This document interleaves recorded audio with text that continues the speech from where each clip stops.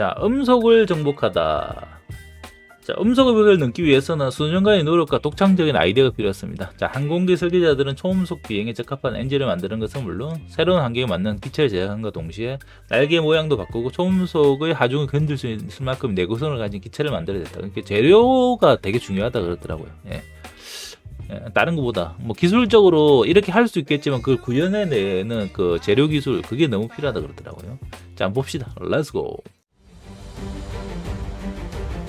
Conquering the sound barrier took multiple years of hard labor and ingenuity.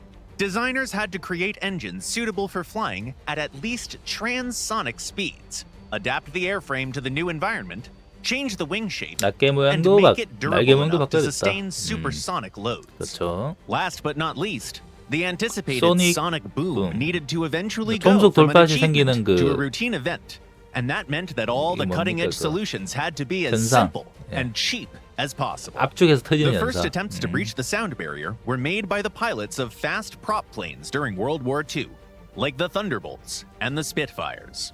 These machines could achieve truly impressive speeds in dives. Coupled with some measurement error, it might have felt like approaching the sound barrier. The reality was much more complicated, of course. Even the fastest prop plane ever made was unlikely to go supersonic. Back in the 1930s, scientists came to a depressing conclusion. The more powerful piston engines got, the bigger diameter they required for their propellers. It meant that a plane would need a propeller of an immense size to achieve transonic speeds, and its blade tips would start breaching the sound barrier way earlier than the aircraft itself, lowering its efficiency. That was the primary reason why scientists focused on jet and rocket engines.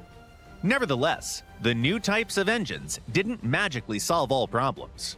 One such example was a crash that happened in 1943 during the flight tests of the Soviet prototype rocket-powered plane called the BI.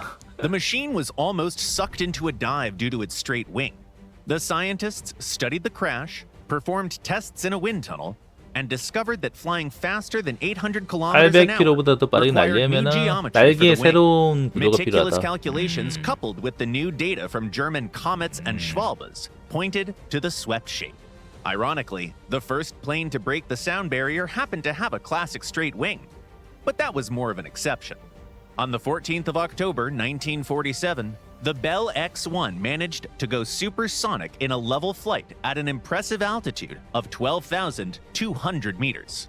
Despite that achievement, engineers from various parts of the world picked swept wings for mass-produced supersonic fighters. Another useful invention came at the end of the 1940s. 새로운 발명이 The 나왔다. so-called area rule is a design procedure that allows engineers to reduce an aircraft's drag at transonic and supersonic speeds. And so, by the 1950s, the visual design of airplanes had changed dramatically compared to only a few years earlier. Airframe durability issues were solved by using new materials such as titanium alloys, and more powerful engines made the task of breaching the sound barrier surmountable. It was finally time for mass-produced supersonic fighters. The first heralds of the new era were the American F-100 Super Sabre and the MiG-19. In only a few years, going over Mach 1 stopped being a miracle. From then on, combat aviation would develop in leaps and bounds for a few decades in a row.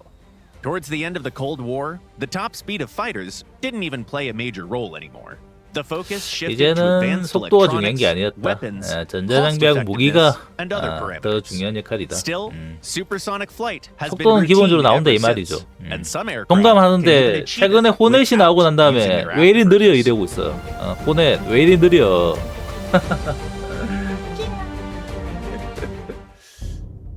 끝.